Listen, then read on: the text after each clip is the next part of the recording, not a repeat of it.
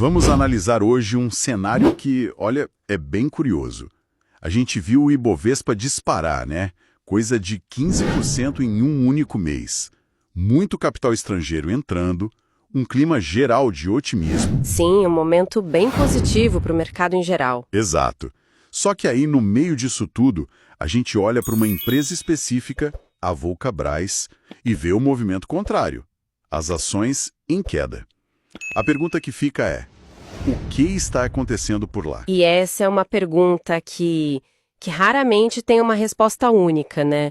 O preço de uma ação pode cair por um motivo público, claro, como um resultado ruim, mas também pode ser por uma informação que só alguns têm. Ou, o que é muito comum no curto prazo, pode ser só o fluxo do mercado, sabe? Algoritmos operando, não ter um motivo específico. Entendi. O nosso trabalho aqui é investigar os fatos que são públicos, o que todo mundo pode ver para tentar montar esse quebra-cabeça. Perfeito. E só para situar todo mundo na conversa, Vulcabras é a dona da Olímpicos e também tem a licença da Mizuno e da Under Armour aqui no Brasil. É uma empresa que vinha num crescimento muito forte, principalmente depois que acertaram em cheio com a linha de corrida Corre. Sim, eles arrumaram a casa, a gestão focou no que dava resultado e os números vieram. Pois é. Então o que a gente vai fazer é exatamente isso. Olhar os números, as decisões recentes da gestão e tentar entender o que pode ter afugentado os investidores. E se a gente começa pelos números, tem uma coisa que salta aos olhos de qualquer investidor. O indicador preço-lucro, o famoso PL, estava abaixo de 5. Em tese, isso grita oportunidade, não é? Um retorno teórico de mais de 20% ao ano. Parece bom demais. E a velha máxima do mercado geralmente se aplica. Se parece bom demais para ser verdade, Provavelmente tem algum detalhe aí. E nesse caso, tem. O número do lucro tá, digamos, poluído. poluído, como assim? Ele foi inflado por ganhos que não são da operação principal da empresa, que é fazer e vender tênis. A Vulcabras teve uns benefícios fiscais que são temporários e que deram um empurrão artificial no lucro. Ah, entendi. Isso acaba bagunçando a foto, faz a empresa parecer muito mais barata do que ela realmente é no seu dia a dia. Faz sentido. É como se na foto do balanço entrasse um bônus que não vai se repetir no ano que vem. E como a gente faz para limpar essa foto? Para chegar num preço-lucro mais honesto. A gente pode fazer um ajuste por aproximação. Em vez de olhar o lucro líquido lá no final da linha, Sei. a gente sobe um pouco e olha o EBIT. É o lucro antes de juros e impostos. Ele mostra a força da operação de verdade, sem esses efeitos que não se repetem. Ah, burro. É quase como olhar o salário bruto em vez do líquido, para entender o quanto você realmente gerou antes de todos os descontos. É uma ótima analogia, é exatamente isso. E se a gente pega os resultados da Vulcabras até o terceiro trimestre de 2025 e projeta para o ano completo, a gente chega num EBIT perto de 754 milhões de reais. Esse seria o salário bruto operacional do ano. Certo. 754 milhões de lucro da operação. E para chegar no salário líquido mais realista, o lucro que sobra no final? Bom, numa empresa com a dívida controlada como a Vulcabras, o que os juros e os impostos comem do EBIT costuma ser uns 10, 11%. Para ter uma margem de segurança, vamos ser conservadores. Digamos que o lucro líquido seria uns 90% desse EBIT. Ok. Isso nos dá um lucro líquido ajustado mais limpo, numa faixa entre 650 e 680 milhões de reais. Ok. Então, o lucro real da operação recorrente seria de, vamos usar um número maior, 680 milhões. Agora a gente compara isso com o valor de mercado da empresa, que está em uns 5,7 bilhões de reais, certo? Isso. Deixa eu fazer a conta aqui. 5,7 bilhões dividido por 680 milhões vai dar algo perto de 8,5. Exatamente. A conta precisa dar um indicador preço-lucro de aproximadamente 8,5. Bem longe dos 5 que a gente viu no início. Completamente. Muda toda a história. A empresa não está de graça, como o primeiro número sugeria. Mas um PL de 8,5 ainda pode ser considerado barato, dependendo do contexto, não? Sem dúvida. A resposta para caro ou barato sempre depende de uma palavra: crescimento. A Vulcabras tem crescido o lucro dela perto de 15% ao ano. Tem uma métrica famosa do investidor Peter Lynch que compara o PL com a taxa de crescimento. E por essa lógica, um PL de 8,5 para uma empresa que cresce 15% ainda sugere que a ação pode estar com um preço bem interessante, sim. Ok, então o preço em si, depois que a gente limpa o balanço, não parece ser o grande vilão. Mas eu lembro de ter visto outra coisa. A empresa emitiu um monte de novas ações no final de 2025, quase 600 milhões de reais. Isso geralmente assusta o mercado, né? A tal da diluição, não pode ter sido isso? Poderia ter sido, mas a história por trás dessa emissão é bem mais complexa. Foi, na verdade, uma operação muito inteligente de elisão fiscal. Elisão fiscal? É, basicamente se planejar para pagar menos imposto, tudo dentro da lei. E como foi isso? A empresa emitiu ações novas, o que geralmente significa captar dinheiro. Mas o objetivo era outro. Exato. O que eles fizeram foi o seguinte: aprovaram esse aumento de capital e, ao mesmo tempo, anunciaram o pagamento do mesmíssimo valor em proventos extraordinários para os acionistas. Peraí, como assim então o dinheiro saiu do caixa da empresa como dividendo e entrou de novo como capital? Qual é a lógica? A lógica era o tempo. O objetivo era permitir que os acionistas recebessem esses lucros antes que a nova regra de tributação de dividendos entrasse em vigor em 2026. Com o dinheiro dos proventos na mão, o acionista podia escolher usar esse mesmo dinheiro para comprar as novas ações a um preço fixo e atrativo de R$ 11,75. Entendi. Reinvestindo na própria empresa. Na prática, o dinheiro fez um bate-volta. A empresa não captou um centavo novo do mercado. Agora faz todo sentido. Foi uma forma de distribuir o lucro acumulado de um jeito fiscalmente eficiente para os acionistas antes da mudança na lei. Então é muito improvável que essa operação, por si só, tenha derrubado o preço da ação. Exatamente. Foi um movimento neutro, ou até positivo para o acionista. Não piorou os fundamentos. Certo. Então, podemos riscar mais esse suspeito da nossa lista. Ok, então a história até agora é: os números parecem razoáveis se você souber olhar, e o aumento de capital foi uma jogada fiscal inteligente. Isso me faz pensar que o problema não está na operação, no chão de fábrica. Talvez a gente precise olhar para as decisões tomadas na sala da diretoria, no estatuto da empresa. E parece que em novembro eles fizeram uma mudança que mexeu diretamente no bolso do acionista. E aqui a gente chega no que parece ser o ponto central de toda a discussão. Em novembro de 2025, uma assembleia de acionistas aprovou uma mudança drástica no Estatuto Social da Vulcabras. Que foi? Eles reduziram o dividendo obrigatório, que é a fatia do lucro que a empresa é obrigada a distribuir, para apenas 1% do lucro líquido. 1%? 1%. Mas isso é quase nada. O padrão de mercado e o que a lei manda quando o estatuto não diz nada é o mínimo de 25%. A empresa basicamente disse ao mercado: olha, a partir de agora eu não tenho mais a obrigação de distribuir meus lucros com vocês. É uma sinalização muito forte. E isso vindo de uma empresa que era conhecida justamente por ser uma excelente pagadora de proventos.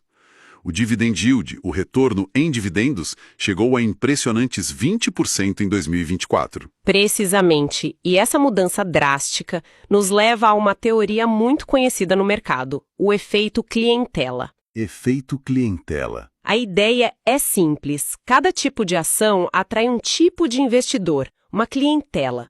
Alguns querem crescimento rápido, outros querem uma renda previsível, como um aluguel, sabe? Sim, claro. A Vulcabras, com seus dividendos gordos, tinha atraído uma clientela muito forte de investidores de renda. É como um restaurante famoso pela picanha, que de um dia para o outro anuncia que virou vegano. A clientela antiga, que ia lá pela carne, vai embora em massa.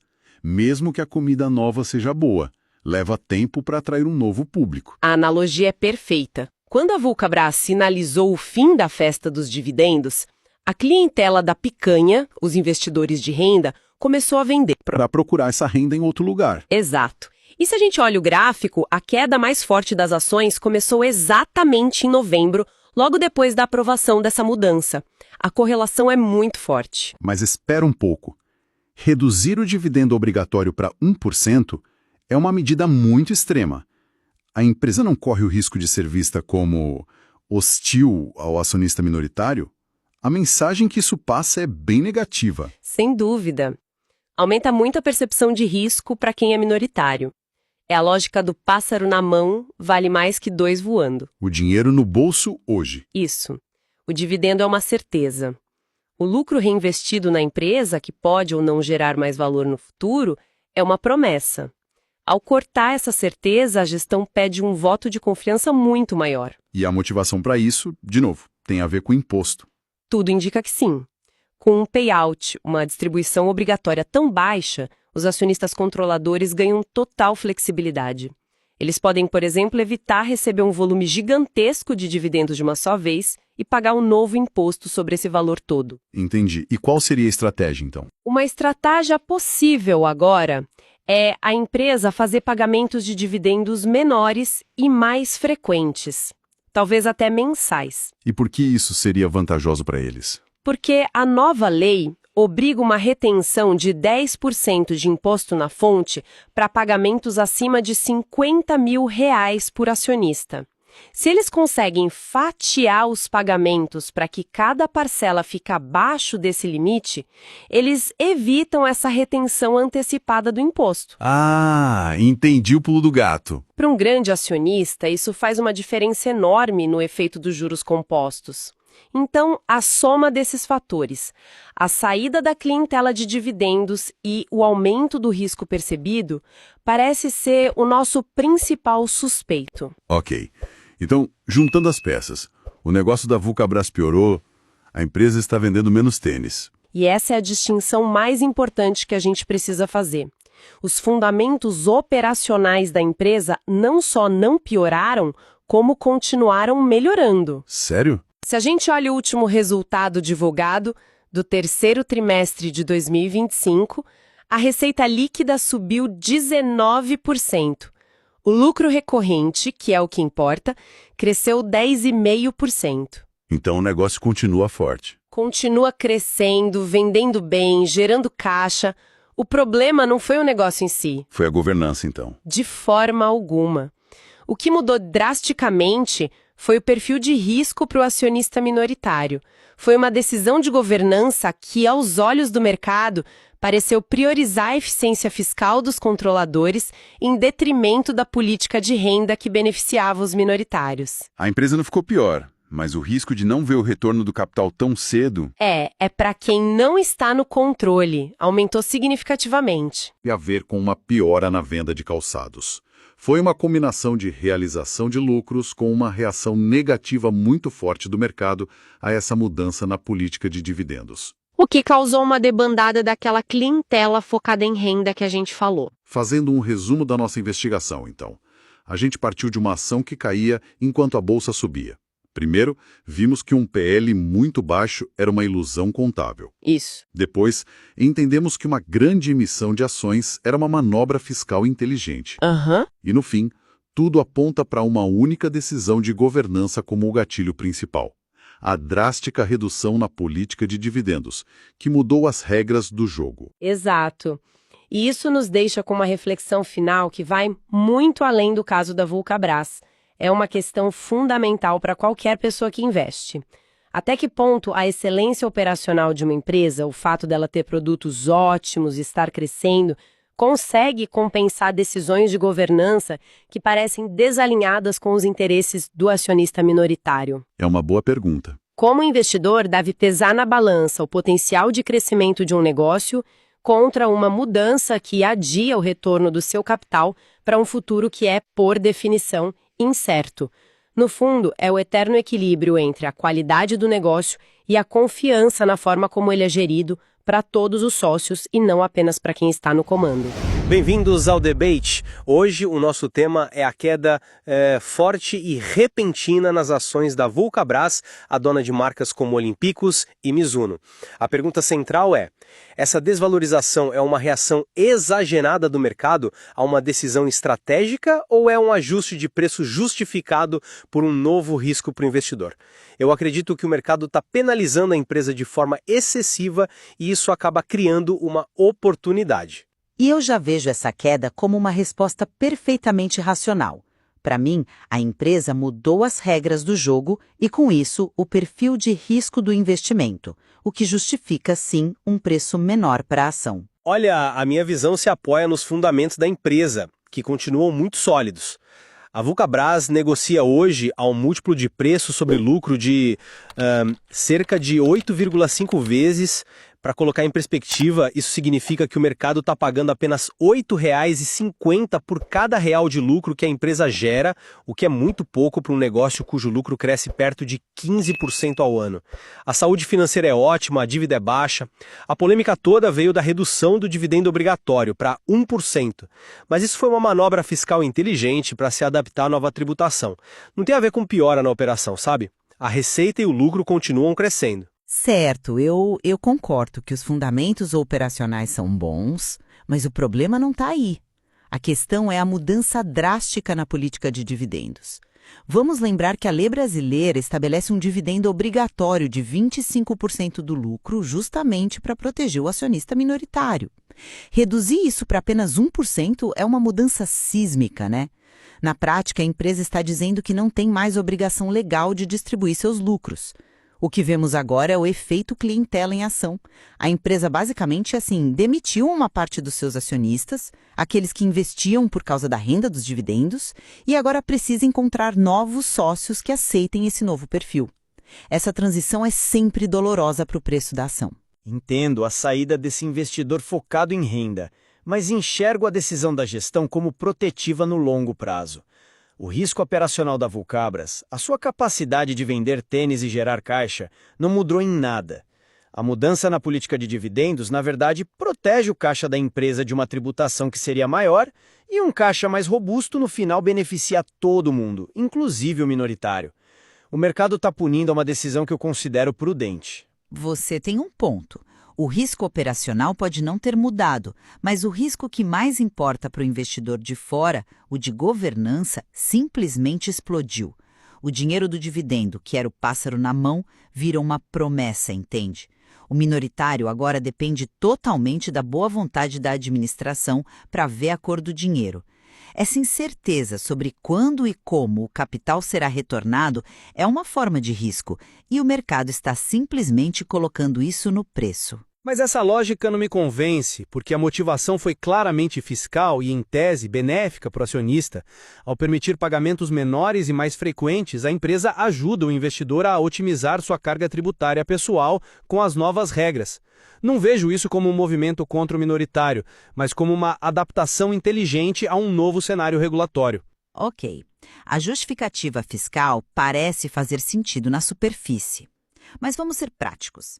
Quem mais se beneficia com o adiamento de impostos sobre dividendos? Geralmente, é o acionista controlador, que tem um volume financeiro muito maior. Para o pequeno investidor, essa otimização fiscal é quase irrelevante perto da perda de uma renda que era previsível e garantida por estatuto. A prova de que a medida foi controversa, e isso é um ponto importante, é que ela não passou por unanimidade na Assembleia. Houve uma discordância clara mostrando que uma parte relevante dos acionistas se sentiu sim prejudicada. Bom, no fim das contas, a minha visão continua a mesma. A queda das ações da Vulcabras é uma oportunidade.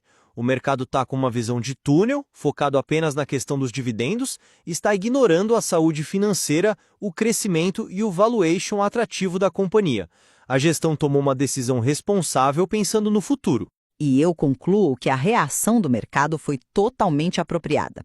Uma alteração tão profunda no contrato com o acionista aumenta a incerteza e exige um prêmio de risco maior, o que se reflete num preço menor.